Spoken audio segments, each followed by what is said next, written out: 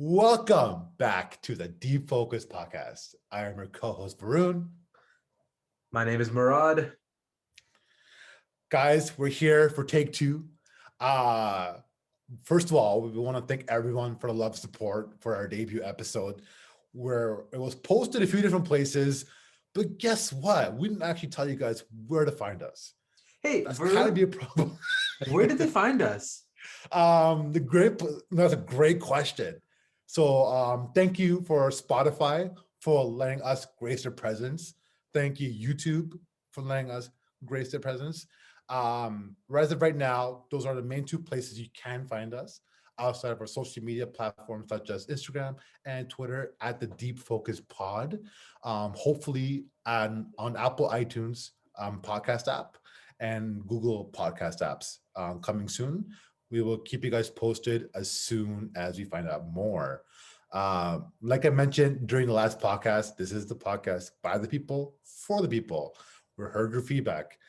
We're not robots and we're not actors. That's why we're gonna avoid the whole scripted idea thing. That clearly didn't work.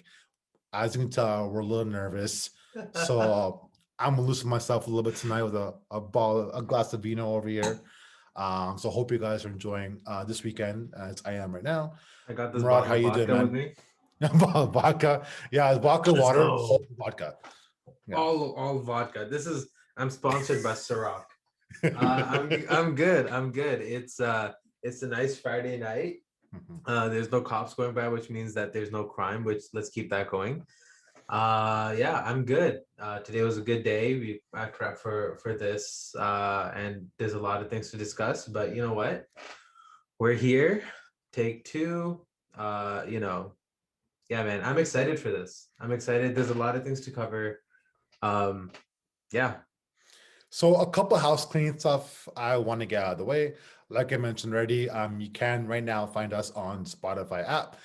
The link is on our Instagram account. We'll also post it below on our YouTube channel where you can find us. Our email is at the deep focus podcast at gmail.com. See, I'm already slurring Hey, and I'm not maybe even a maybe you glass should of cut wine down in. on that vino. You want to be so cool, say vino. But yeah, like honestly, thank you guys for joining us again. We really appreciate the love and support, and we want to let you guys know what to expect from us going forward. Right now, this video, this podcast will go up on Sunday, March 7th. The goal right now is to have a short weekly recap of the week podcast going up every Friday, talking about the latest trailers, news, movie release changes, that sort of stuff. On top of that, we'll release a bigger podcast talking about anything current event, something that's on our mind, a little bit longer, a little more deep dive. It's going to happen every 2 weeks until we find out a better way to release more content to you guys. We're already excited to have some potential collaboration coming up in the near future. Please hold on to seats for that. I think really, really exciting stuff I'm really proud of already. And anything you guys want us to talk about, let us know. Reach out. We're everywhere. Yeah, that's pretty much it, man. What do you have planned for this weekend? I don't know. I don't really have any. I have my day. I have a day off tomorrow, which I'm really excited about. Mhm. I plan to use tonight to chill in my house, and planning on watching on. I can't decide between. I don't know the last time I said this, but I can't decide between Nomadland, or Now Coming to America 2. I saw the trailer for Promising Young Woman, and I realized that it gave away a lot right at the beginning. So Okay. that's what I'm thinking. I'm not sure if I want to sit down and watch it. Nomad, that's a hard title to say. Nomadland still looks very intriguing to me, whereas Promising Young Woman, I feel like the 3-minute trailer that I watched sort of gave it away.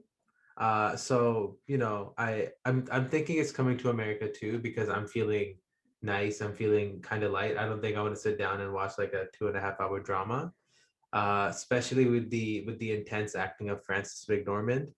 So I think Eddie Murphy tonight, and I think tomorrow in the afternoon I'll watch Nomadland. And yeah, that's my weekend, man. I don't really have much planned.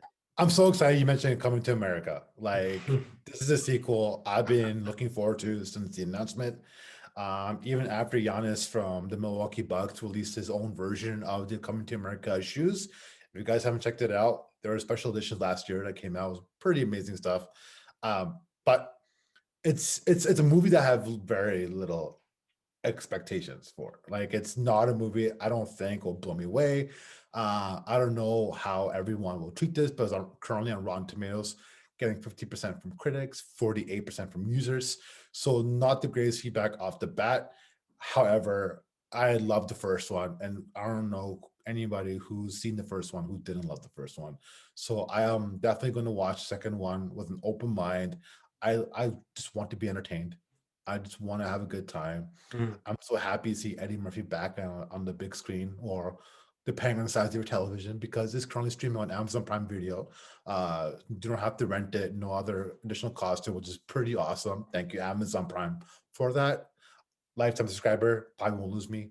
They don't But sponsor us, bro. It's okay. Eventually they will, though. hey, man, if I can get Prime for free, I'm golden, So right? last time I'm it was golden. the last time it was you wanted free movies, and now you want free Amazon Prime. And as you can tell, I am Indian. Any sort of discounts, deals, anything, man, I'm all in. Oh. Right? I'm chasing, and I that's what I'm looking for. That's what I want. But yeah, like I know my ums will get better, guys. I'm working on it. I know it. However, Coming to America is something I'm very excited for. Mhm. Raya is a highly anticipated Disney movie that has come out on Disney Plus this weekend. I don't know if I'll be watching that. I did watch, speaking of Disney Plus, the finale of WandaVision. And I know, Murad, you haven't seen any of the show yet. I will not be spoiling anything. But the reason I'm bringing this to you, Murad, I think you will love this. And the reason why I think you'll love this, it's a Mhm. love story. I It's a know, beautiful, I totally, love love I'm stories. sorry. And ladies, he's single. He loves his rom-coms. He loves his Listen, rom-coms. Look at this man. Like, I he's have I have a brown mom who might not appreciate that comment. All right, so let's ladies, I'm single, but let's keep that on the DL. All right. nothing's arranged yet, right? So he's still on the market. Not that I know of, bro. But back to WandaVision, it was I felt the finale was underwhelming. However, I still thoroughly enjoyed it. You can tell that Disney spent $200+ million on the season of WandaVision, and that was the budget they had. I believe it was the average about 22 million per episode. Um, 200 something million. Absolutely. Yes. Whoa, And you can that's see that though. Like, you can see it. It was a Marvel movie broken down into 9 episodes. okay. It was along the quality of that line. It was, and I could see why they made this into a TV series versus a movie. So I still recommend for everyone to check out WandaVision. The first 3 episodes can be quite hard to keep up with. But I promise you, after the fourth episode, it does get better. There are two pretty interesting post-credit and mid-credit scene in the finale and the final episodes. I know the first few episodes, there's no post-credit stuff. Not like Marvel's way of doing things. Like, they usually have everything there. But the last few That's episodes, there's been post-credit scenes, and then the final episode, there's a credit and a post-credit. So I would highly recommend everyone checking out WandaVision, whether you like action, whether you love like a love story, you feel like crying a little bit, you want to see some cool powers and some dope ass action scenes, especially in the finale. I do recommend checking it out, especially right now, all episodes are out, and with the new Disney Plus series from Marvel coming out again with the Winter Soldier and Falcon. I'm pretty sure maybe the other way around, but I think it's gonna be a great series to follow up on. And that's more of an action side of things. It's an overwhelming week. It really is. Like, we have some amazing trailers came out this week. We have the new Justice League trailer from the Snack Snyder cut. mhm. That's being releasing on Crave Canada for all your American users, or HBO Max on March 18th. All four miniseries episodes will be available right away to watch. Very excited about that. Are they Um, breaking that down into like miniseries? yeah, so Justice League? yeah. So it's essentially what, from what I understand, it's 4 episodes of total Oh. of 4+ hours. Mhm. A lot of I think they only filmed one additional scene for this Snyder cut for Interesting. Justice League. Everything else is stuff that they already had, Hmm. so sort of chopped up and put it back together for this event on March 18th on Crave Canada or HBO Max, available to stream on March 18th. Very exciting. Uh, Very excited to see that, because one, I personally haven't enjoyed a good DCEU movie quite some time, and I do think that there is some hope for in this movie to bring life back in the DC universe when it comes with Warner Brothers. Right. And then yeah, like this is a whole lot of stuff's happening this week. I don't know Hmm. what, like, it's so hard to keep up, but that's why we're here. You these kind of conversations that we just had right now will be available on our Fridays episodes. So if you're very interested in what's new, what's the trailers and things like that, like the new Michael B. Jordan movies coming out, look pretty amazing. That one looked intense, man. Yeah, it looked intense. For anybody who hasn't checked it out yet, Without Remorse, it's a Tom Clancy movie. Is coming out. I can't remember what one was coming out. I believe it was April, but I need to double check that. But that's also on Amazon Prime. Prime, you're killing it.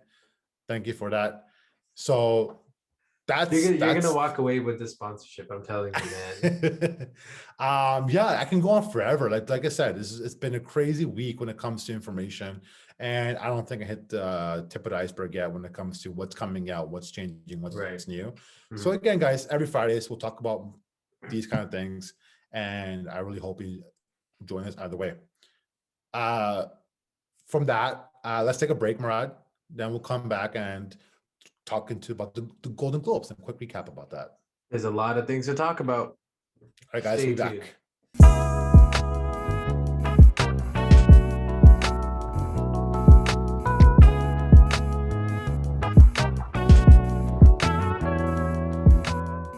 All right, and welcome back to the Deep Focus podcast. Now that I'm 2 bottles of vodka and Varun is 4 shots of tequila into this whole thing, it is a brisk 11:15 p.m. and Varun is still going hard. So, you know what? Before we do get into the Golden Globes and the winners and losers, I want to talk about everything else that happened right before it. You know, the full week of criticism and controversy surrounding the Golden Globes, and more importantly, the Time's Up movement. Now, I'm not sure if you guys know what was going on, but there was a lot of actors and actresses and producers and the industry had posted on Instagram and Twitter, wherever, a photo of a cracked Golden Globe statue, and the caption read something along the lines of uh, zero Black journalists, or 87 members but zero Black journalists. Something that, of course, is very important is diversity. And the caption was hashtag Times Up, or hashtag Times Up Globes. And it's a very, very interesting topic because all of these things are now coming to light, which is fantastic, as Varun was talking about last week with the BLM movements and the push for equality and the push for equal representation, which is huge. And it was an overarching theme throughout the entire show itself. But I want to talk about the LA Times article that had come out, discussing this whole thing. I had not heard about this up until I read this article myself. And then while watching the show, it was the only thing on my mind. So I never knew how the Hollywood Foreign Press Association, HFPA, how they operate. Now, I thought it was just like this court of owls thing where people are in like a dark room wearing masks. They don't know who they are, and they're just like dropping names in an envelope saying, "Okay, this is who we want to receive the award." Now, these are acclaimed international journalists from around the world, and they represent. So a person can represent different countries and different movies from within that country, and they have people representing all countries from all over the world. However, these 87 journalists, none of them are Black. Now, that is a very important thing because representation, like I said at the beginning, does really matter. So this LA this LA Times article was talking about how there's zero black journalists, and it's a very secretive, a very you're not if you're not with us, you're against us type mentality within the HFPA itself. And one of the things that really struck a chord with me was that the the lady who she was giving an interview within the actual newspaper itself, and she was saying that she doesn't know the last time there was a black journalist within the HFPA itself. She said it was before her time, and another spokesperson had said yes, there was one, but they didn't say exactly when. They didn't give a timeline, which I mean already sounds like it was much longer ago than we think. Now the estimates are saying it was around 2002 was the last time there was a black journalist that was there, which is atrocious because we can see how movies with majority black cast were treated, because there were so many great movies that were not up for Best Picture awards, whether it be Judas and the Black Messiah, The Five Bloods, One Night in Miami, Ma Rainey's Black Bottom, right? Nowhere to be mentioned. They had, of course, they had um, Chadwick Boseman win the award for Ma Rainey's Black Bottom, and they had Daniel Kaluuya win Best Supporting Actor for Judas and the Black Messiah. But those movies are receiving Best Picture nominees, or they're supposed to be, because they're not out until next week. They're in talks to be receiving Best Picture nominations at the Oscars, at the Academy Awards. But none of this was mentioned at the Golden Globes.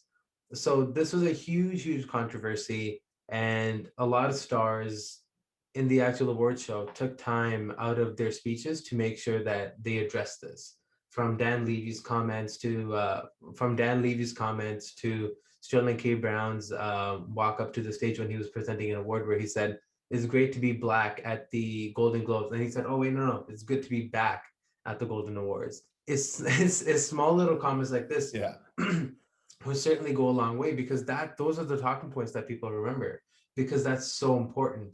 Because yes, as much as like having a 3-minute speech about why representation matters, it's those little sound bites that the journalists are going to pick up, from the Hollywood Reporter to Variety to LA Times to New York Times. It's those journalists are going to pick up those little sound bites. That's why those moments are so impactful. And Dan Levy went and gave this huge speech, very beautifully said about, there's so much to cover when it comes to media and representation and different stories being told. And he said that he hopes that the HFPA follows suit and leads by example, because I know the Academy really shifted the way it operates after the Oscars so white controversy, but no one had really thought to look at the Golden Globes that much, because as high of an honor, quote unquote, as it is, it's still not the highest achievement of a filmmaker, in my opinion.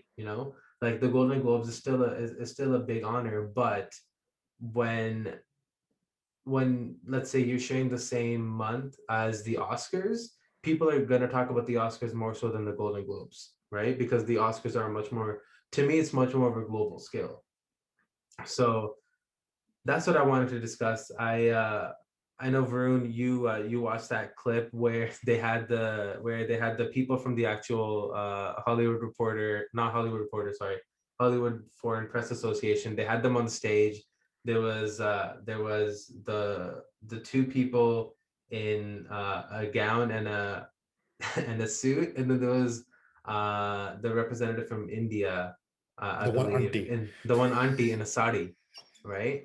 Yeah. What do you think about that? I bet Yeah. you had your own I don't opinions think you on get it. more of an overcorrection, Hmm. especially when the whole article and everything was about getting more black individuals involved. And I don't recall seeing anyone black on that stage in that time. I do believe the timing of what was shown at the Golden Globes versus when the LA Times article came out, this definitely was not a coincidence. When the LA Times article came out regarding the diversity issue with the Golden Globes, it happened to come out a few days before the final days of the Golden Globe votes. Right. So after the article came out on that Sunday, 2 to 3 days later, that's when the votes were final when it comes to the Golden Globes. Obviously, things changed in those 4 days, 72 hours. We had no confirmation that obviously we're just two guys from Vancouver. We have no idea exactly what happened. We could only assume. My only not my only, so one of my biggest concerns is that how much did that influence some of the winners and presenters for the Golden Globes, uh, especially because I don't believe they should be discredited for the work they put through. Can I just give a quick anecdote to Absolutely. that? So I know you just brought up the fact that you don't know how how these journalists votes were swayed or whatever, but Emily in Paris, the Lily Collins show on Netflix, where an Anglophone goes to Paris to, I don't know, something to do with fashion, I assume. I haven't seen it. I'm so sorry. I know it looks really good and I will watch it. But when they were doing the press junket for that show, because it was shot in Paris, the show is aptly named. The production staff and the team that organized the show had made it a point to take these press people, these interviewers, these journalists, these for the press junket out to the sites of Paris, and they gave them all like little gifts and such. So things like that are what lead into the fact that, okay, there might be a lot of favoritism here, you know. And I know it doesn't come across as a big indicator that Emily in Paris played a lot of favorites with the HFPA. However, it was nominated. It didn't win, but it was nominated, and I personally don't think it should have been. I haven't seen it, so I'm not the best source of best source of news for that. But or sorry, best judge of character. But the caliber of shows that were there, it seemed like it was not a show that was fit to be amongst them. Now, the fact that it was there, but it didn't win, is also a very telling thing, because to even be nominated amongst that list, that means whenever people go to see, hey, I wonder what show was nominated this year, that show is going to be there forever, right? And as much as I say, the Golden Globes don't matter as much as, let's say, the Oscars, Ava DuVernay herself said, yeah, this award doesn't is not as important, but it's still important for Black creators. It's still really important for the BIPOC community, because these awards dictate how their future projects get financed. It dictates who pitches or who pitches in for the for the production, who wants to be a contributor versus someone who just wants to watch, right? So as critical as we can be of these awards, they're still really important to creators, and that's one of the biggest things, if Absolutely, winning is winning. Like I'm right. very happy for like we're already saying, like it's clearly influenced of what the article happened. And Mhm. Tina Fey and Amy Poehler, I thought, did a really great job hosting the Golden Globes, especially Mhm. considering the situation they were in with the Mhm. article coming out just a week prior. And top of that, in a pandemic with essentially everyone accepting awards from Zoom, not having a crowd in front of them. But you can tell they were given the green light to go all in when it Mhm. comes to mocking the HFPA and exactly what's going on. Like, hey guys, we look bad right now. Make fun of us. Let's make a laugh out of it. And that's what it felt like to me that Mhm. was happening. Right. I don't know how it felt to everyone else, but that's how it felt like to me. Right. And then right off the bat, uh, the winners, like a big award like best supporting actor in a drama or a motion picture, was given almost immediately in the award show, which is usually wait to give out towards the end of the episode, end of the show, or partway through the show. And Mhm. Dan Kaluuya, who I haven't seen Judas and the Black Messiah yet, but I heard nothing but wonderful things about that movie and his performance. And I have no doubt that his performance was fantastic. But Mhm. I don't believe it was a coincidence that his award was there to start off the show to keep the viewers in. Mhm. And John Boyega for his amazing performance in Best Supporting Actor in a Miniseries.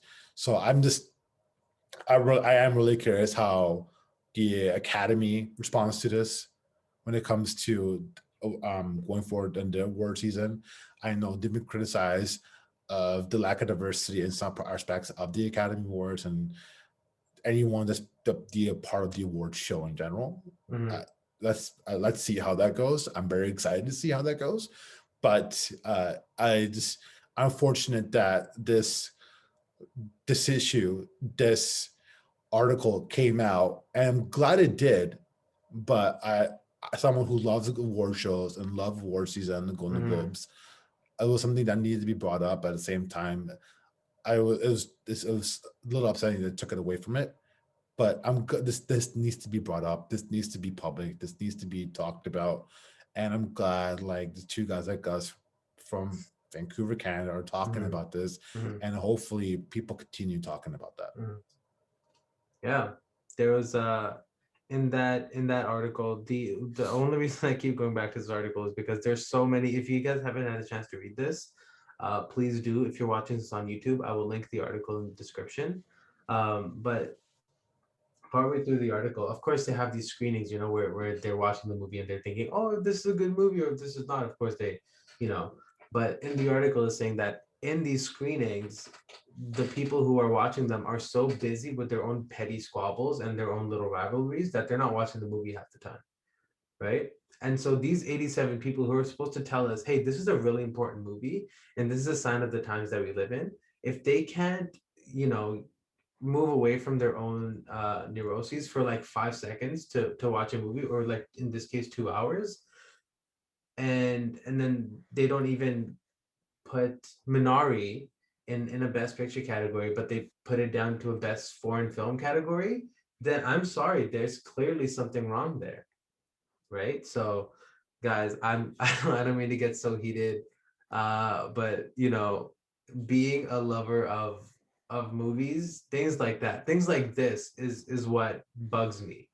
There is such an elitist, quote unquote, elitist mentality about, oh, I'm gonna watch this latest movie and I'm gonna watch it before everyone else comes out. It's cool, but if you really appreciate it, like Varun was saying last week, if like it'd be really cool if you got some pre-screenings out of this, absolutely, but we would also be there to enjoy the movie.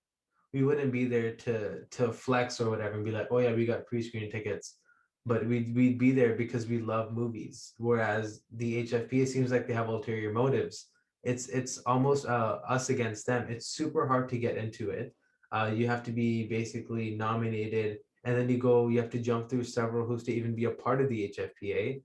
And if you're not one of them, you're essentially against them, right? And that's my biggest problem with this, is that they're so elitist to the point where it looks like we've traveled back in time to when it was a super gated community of like only these people, and it is essentially, whereas the entire industry as a whole, maybe not so much. But certainly what it seems like is that this organization in and of itself is problematic, and it's telling of what to expect from the Golden Globes maybe in the future if they don't change, right? If you have an auntie up there and up at the front wearing a sari saying, as a person of color, it's really important for us to have diversity. Sure, the message is very strong, but then don't tell us, just move in silence and do it. That's it.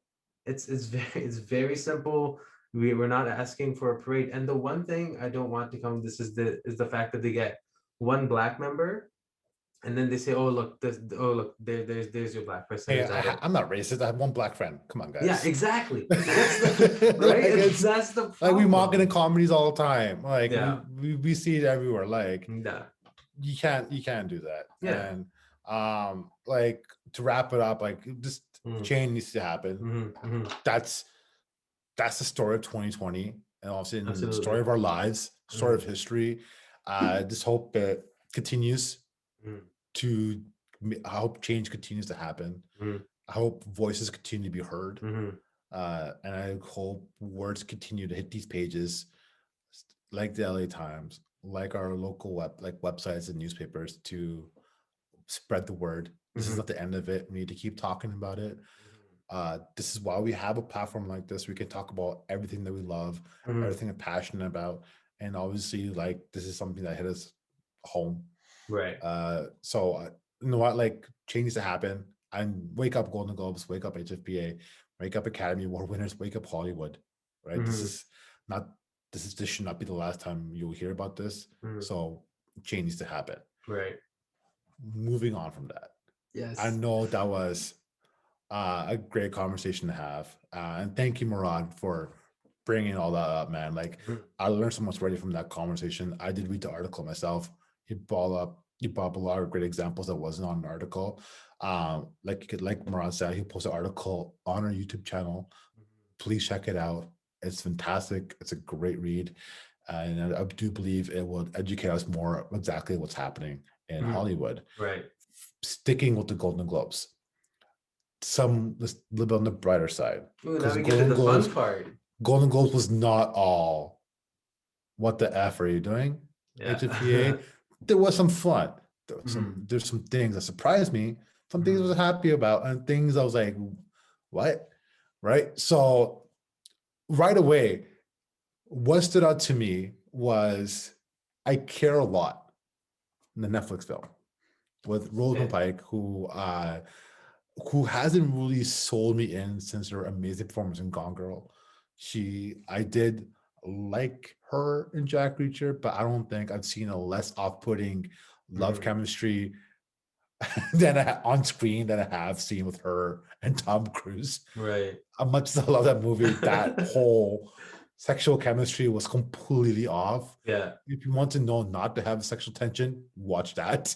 It was awful, but I care a lot that I don't understand how it got the nominations and the wins as it did. Mhm. That movie couldn't be more underwhelming. It was quite frustrating to see that to be so successful, and that was the biggest shock to me. There's a lot of stuff that I either agreed on or accepted as the winners and nominees throughout the Golden Globes, but I care a Mhm. lot. I just couldn't get it. I couldn't wrap my hand around it. I don't know if Mark, have you seen it or something at the Golden Globes like caught you up, but that was one thing. Like I'm like, what's happening? Yeah. This right. So it usually always is that one thing that that throws off, and for me, that was it. Mhm. Fair Yeah, enough. man. That didn't throw me off as much. It seemed like a very safe pick. Okay. It's, especially because of the other sort of nominees that were there. First and foremost, Kate Hudson in music. I had no idea this was a movie. I didn't know Sia directed it. I didn't know Kate Hudson was in it. I had no idea what the hell this movie was about. And I'm sure it's fantastic, but I can't I find it lied. I anywhere. lied. That's my biggest surprise. Exactly. I saw that trailer and I'm like, this looks terrible. Like off the bat. Yeah. Like this is It's that looked like to me a straight to Disney Channel movie. Yeah, I felt that, right? You know oh what? no. People put hard work into this. Yeah, absolutely. People, God bless their soul. Like, you know Mhm, what? Like they worked their butts off. It's mhm, not easy to get a movie out there. mhm. It's not easy to get a Golden Globe nominee, I guess. I don't know. I might rethink that now that music was nominated. Yeah, Awesome for Sia to get that out there. I love yeah, Sia. I love her voice. I love her music. Kate Hudson, she had a nice career. She currently has a nice you say career. had? You think it was done? Oh, okay, has. Okay, okay, Sorry, okay, my bad. okay. Kate Hudson has a nice career. She definitely had moments, and I'm sure she will continue to act for a very long time. Right, But that is a movie I'll never watch. I love everything. I'll right. watch everything. Mhm, It's just that's something that like off the trailer, I'm clearly to watch this now. mhm, But in a million years, I'm like, I thought there was a typo. I thought it was a meme that was happening. mhm. So I changed my mind. I'm taking yours. I'm taking yours. Continue. That's fine. I do want to say here at the Deep Focus podcast, we think all movies are cool in their own way. We think they're all quirky and fun, and sometimes spooky if you want them to be. However, this one I didn't know. I had no idea this was a thing. And I was looking at it and I was like, okay, there's a movie called Music. So I tried to Google it and I typed in music movie and guess what I got? I got a bunch of musicals. Singing in the Rain was there, Sound of Music, La La Land, Rent. But this movie did not show up until I typed in Sia movie music, and then I found the trailer. It was tough for me to get through because the movie itself is such a broad name, that it was tough. But like, 8% on Rotten Tomatoes. dang, FYI. that's and see, 8% on Rotten Tomatoes by critics and 14 by users. wow. So Continue. users liked it a bit more. Dang, you gotta get better taste. I'm so sorry. Uh but like Consensus. I need to read this. Okay, sorry. Critic consensus. Offensive in it. what is it? What is it? Offensive in his depiction of autism is the first line to describe this movie. That could show you why I had no interest in this movie. Like, how was that part of the Golden Globes? Are we horrible people for making fun of it? I don't think so. Not if it's an offensive depiction of autism. It's not making fun of autism. No, I know, but are we mean for making fun of a movie that's supposed to bring attention to autism? You know Of what? course it is. Of course it is. Who are we? I'm saying my wife's makeup room, filming a podcast while you're in your room. This is not my room. My room is cooler than this. All right. No, Your future wife is not Hey, watching. hey, I listen. promise you. Aw, that's so sad. Oh, Ladies, again, he's single. He has feelings. He's sensitive. I have He likes feelings. I that. have many feelings. I too like to cry and eat a tub of Ben and Jerry's. That's why I'm like this. But what I do want to talk about is the other nominees that were around Rosamund Pike. Like you have Maria Bakalova for Borat. I think she was the strongest contender next to Anna Taylor-Joy's Emma. Was fantastic and Great is fantastic. I love that And Queen's movie. Gambit. Oh no, yeah, but have you seen Emma? I've not seen Emma yet. No. Okay, Emma is really funny. The cinematography, I love it so much. The direction, everything, from production design to Okay. great movie. I think Maria and Anna's characters respectively were the two strongest contests that Rosamund Pike had to face. Yeah. But hers was clearly a movie that the HFP would like. I care a lot. So it made sense. It was a shocker, but it made sense because it's who, like, what else was going to happen? Was Rosamund Pike win? Was it to make up for? And you look back who won that year, but winning Best Actress for Gone Girl. Did she not win? I'm not too She sure. was nominated. We will research this. We'll Yeah, come back. yeah. But I don't believe she won. She was nominated. I feel very confident she did not win.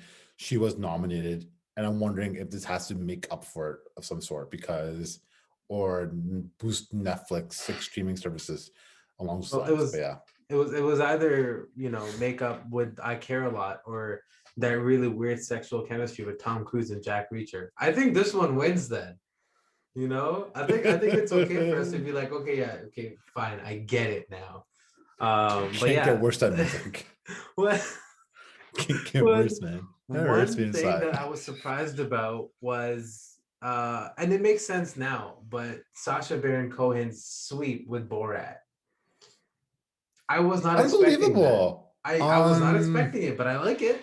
And this buzz that he might get some Academy Award buzz. Like that's awesome. Like Yeah. it's like obviously after this, he's gonna hang up the Borat character. Yeah. Talking about like how the amount of threats he's getting from this movie doesn't feel safe and totally understandable. Yeah. He definitely did not shy from pushing any buttons. Does not shy from going above and beyond and clearly trying to get this message across. And again, for Going back to Amazon Prime, guys. It's on Amazon Prime, ready to stream for you guys, right there to watch. I really recommend to watch this. It took me a while to like the first Borat. I don't know why I didn't enjoy it the first time. It was definitely a What? highly popular movie. Absolutely. I just don't think maybe I appreciate it as much at the time. Mm-hmm. I did rewatch it again right before the second movie came out, Mm-hmm. and I'm like, where's my headspace at when this first came out? It's a Mm-hmm. fantastic movie. High recommend it. Second one's absolutely amazing. I'm very happy for them. But yeah, like it's a complete shock. It's not typical for a movie like that to win. So Right. very very, very excited what happens with that going forward. Yeah. So Borat, I think this one was more, I'm gonna rephrase. I think this one struck more of a chord because of the entire the entire surrounding that was 2020. Yeah. Like when this first came out, I was thinking, why do we need a Borat 2? Like, what's the point of this, right? I didn't understand it. The first one, Really? yeah. For So me, for here, me, for me, it was the complete opposite. okay, Like so with the so election here's, coming around and everything, like it's mhm. something like we need this. Like this is it made sense. It made sense for it to come out when, especially when it came out. But yeah, back to you. So see, so I wasn't looking at it because when I watched the first one, I was way too young. First and foremost, I should not have seen it at that age. I think when it came out, I watched it.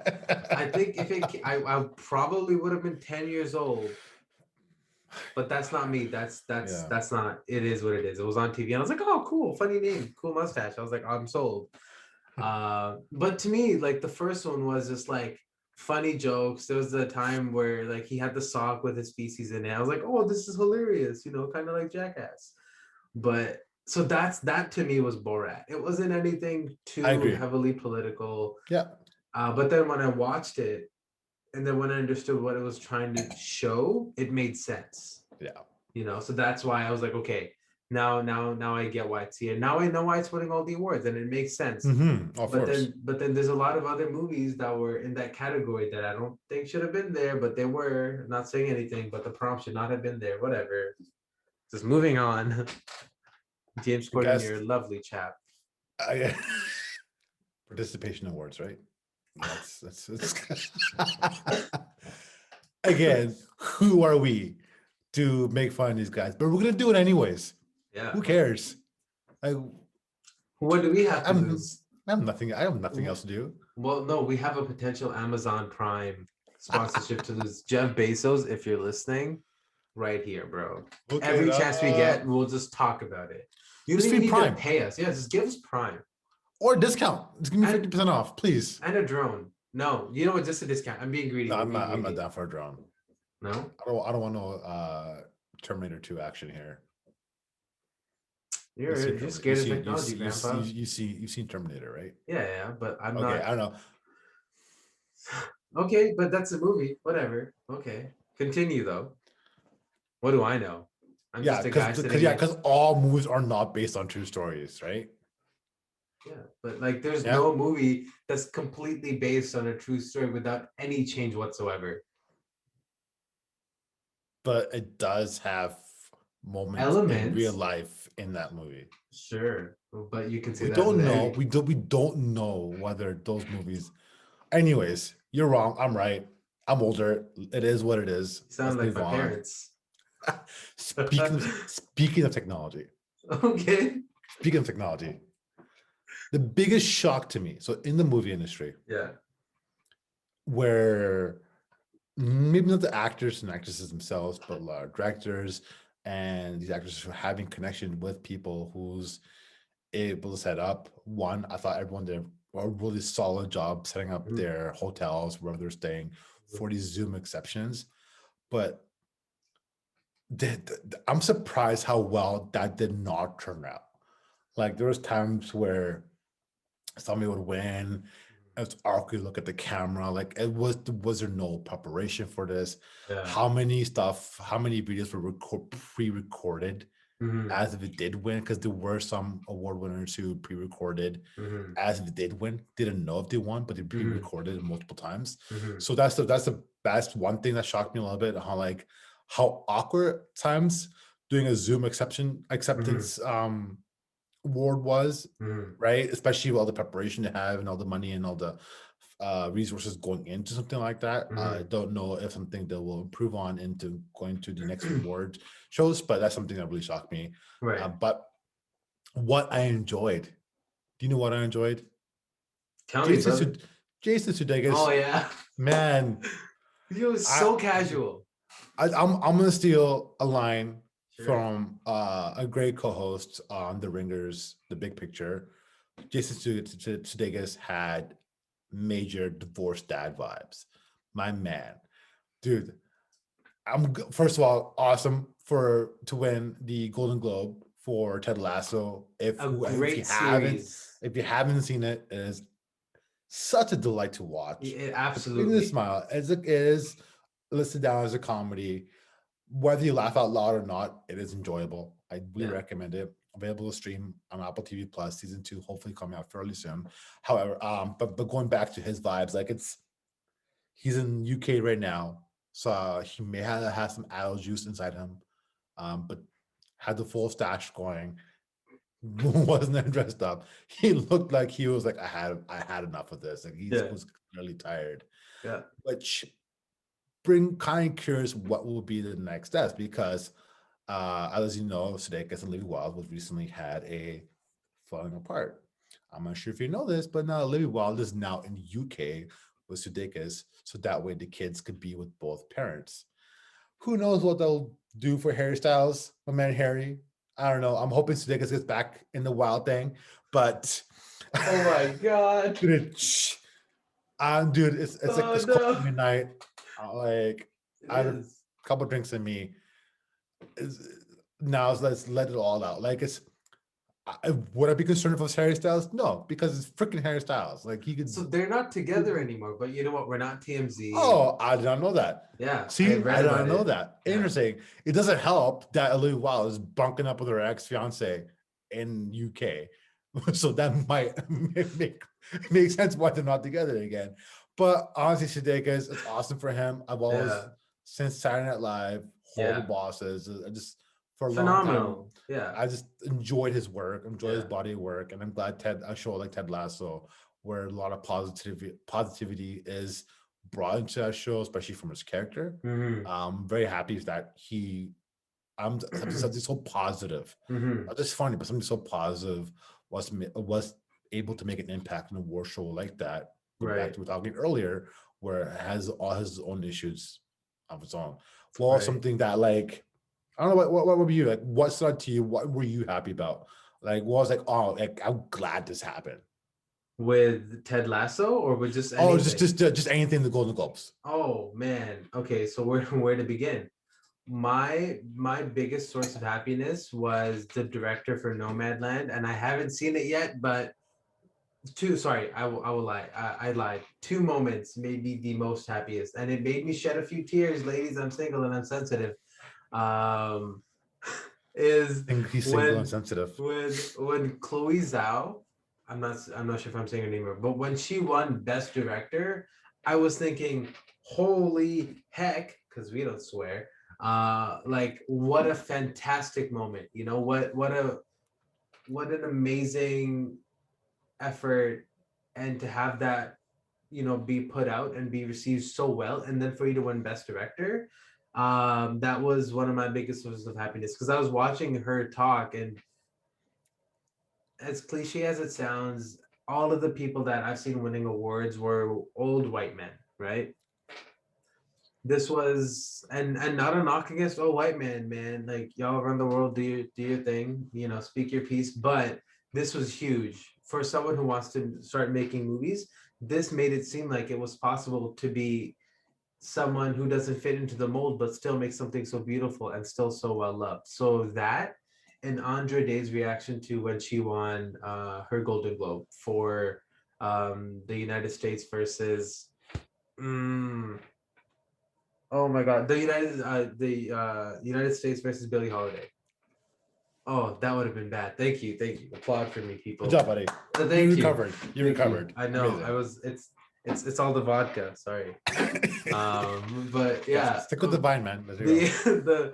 the one, her single speech and the emotion that she was letting out, unbelievable. You could tell that this was such a huge moment for her, and what a movie to win it with, and what a character to win it with as well.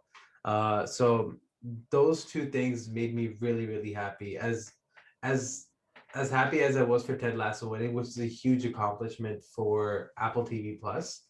Uh, those two things made me happiest, I think, for the entire thing. And then of course Dan Levy saying like, "Hey man, do better," right to their face. But like, yeah, those two things I would say made me the most happiest.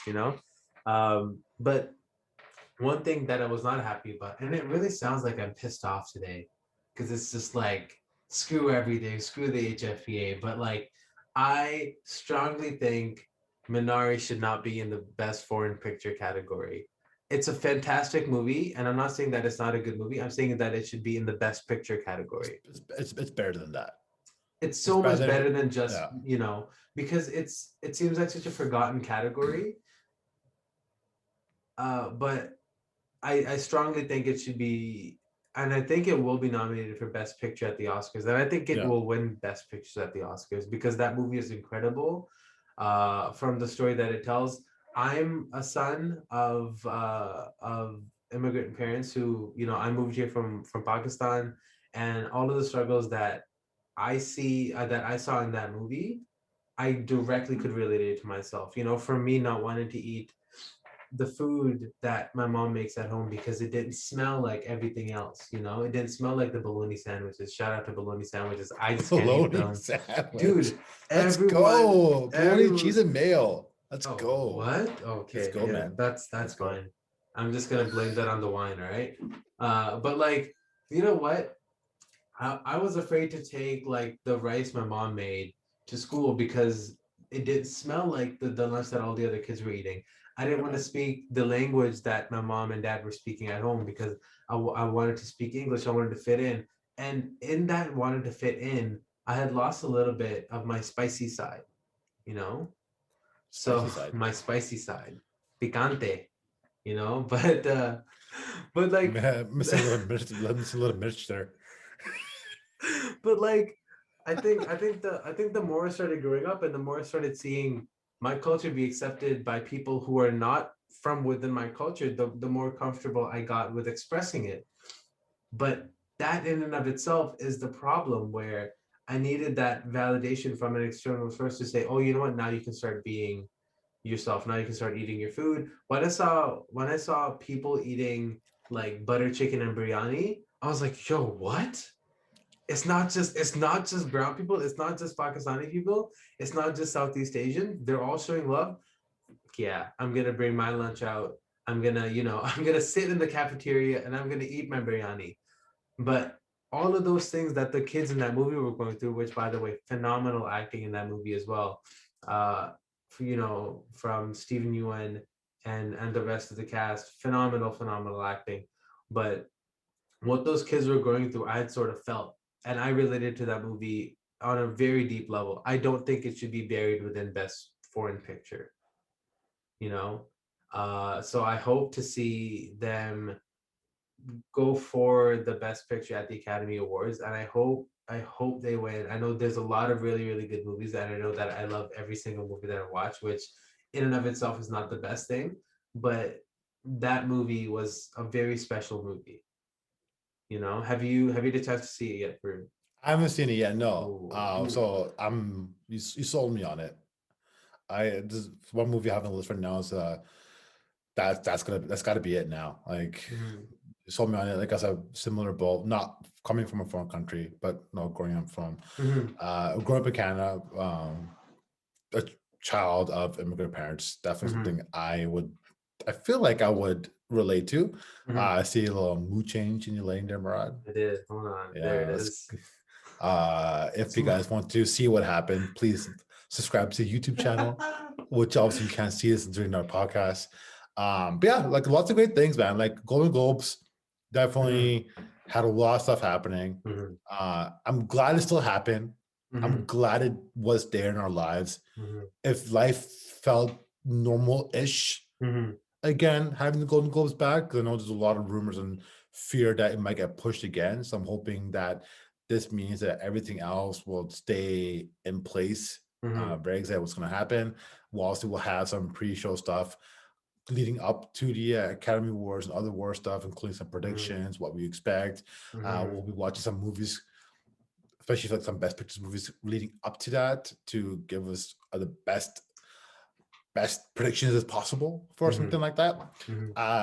That's all we have for the Golden Globes. That's it. That was Like it. we're wrapping up take two.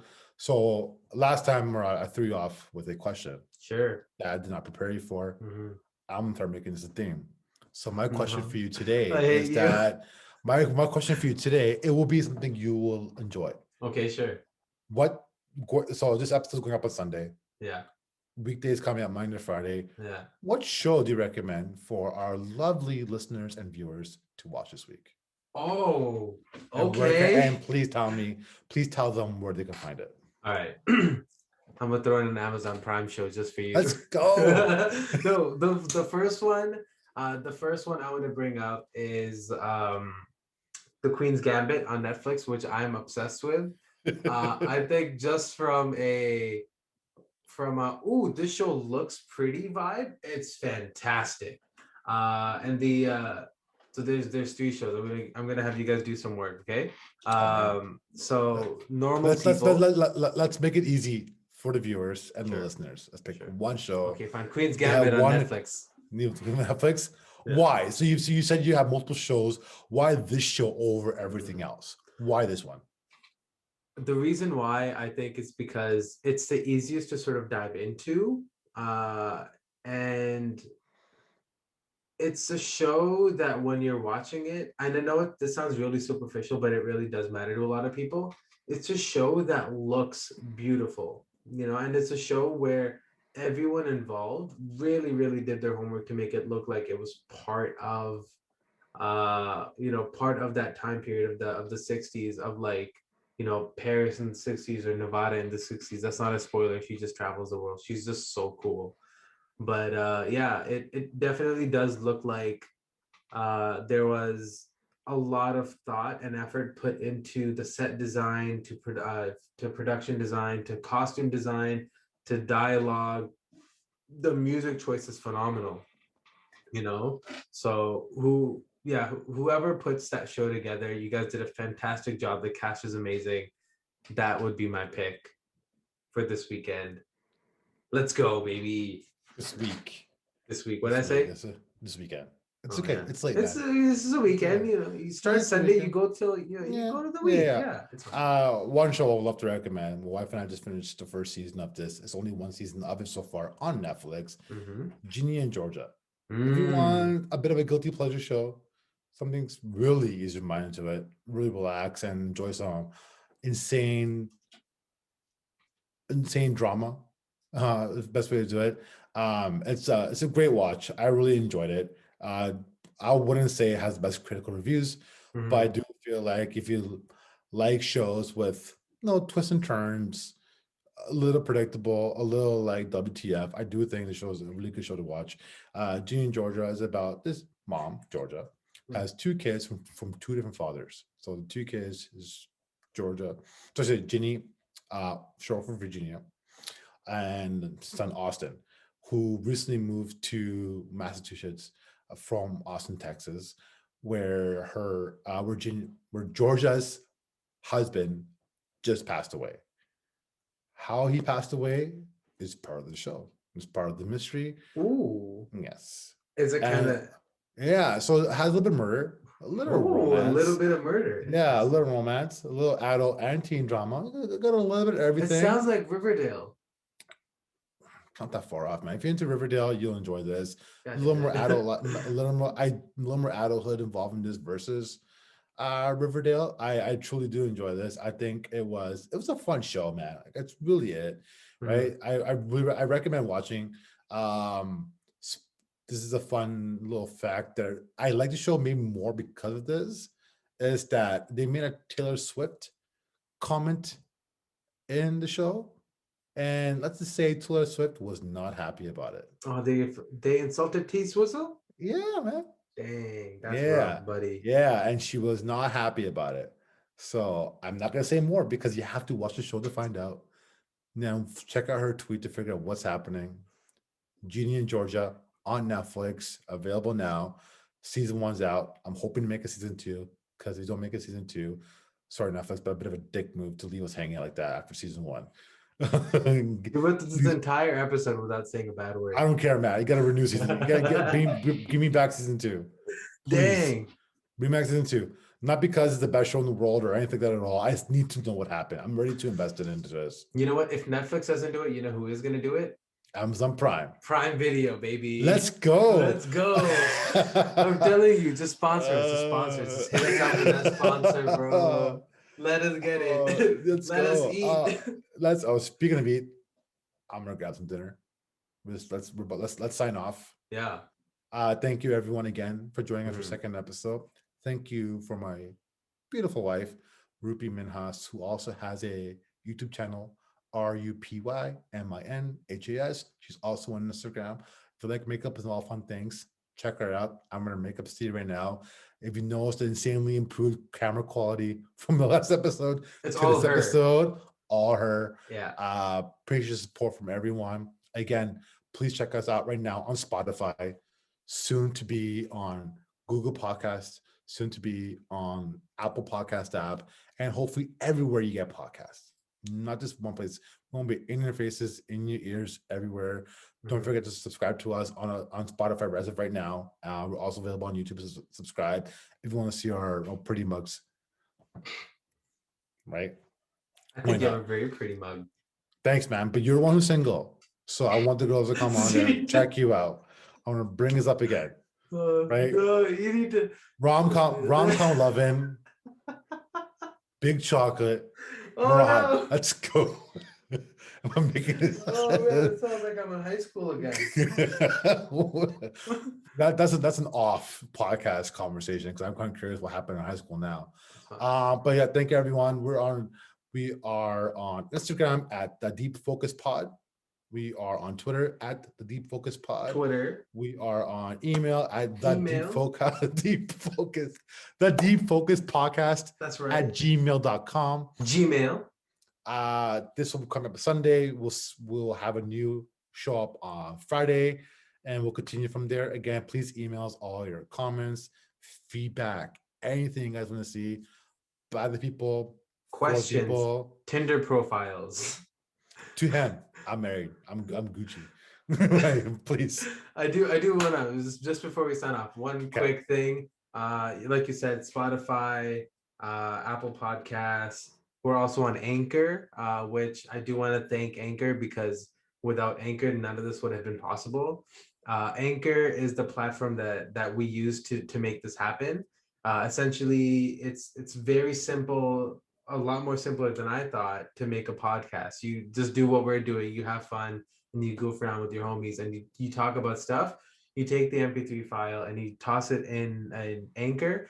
Anchor puts it in their podcast network, but it also makes it really easy to distribute it to Spotify, Apple Podcasts, Google Podcasts, Breaker, Radio Public, to your own RSS feed. It's super simple. And guess what? You don't have to pay for it. We like free. Free is free.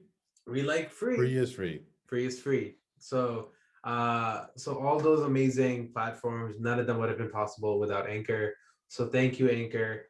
Now this formally ended over, and I stepped on your toes a little bit, but I think I'm good with take two. Are you good with take two? I'm fantastic, man. All right. Let's call it a night. 3, 2, 1, cut.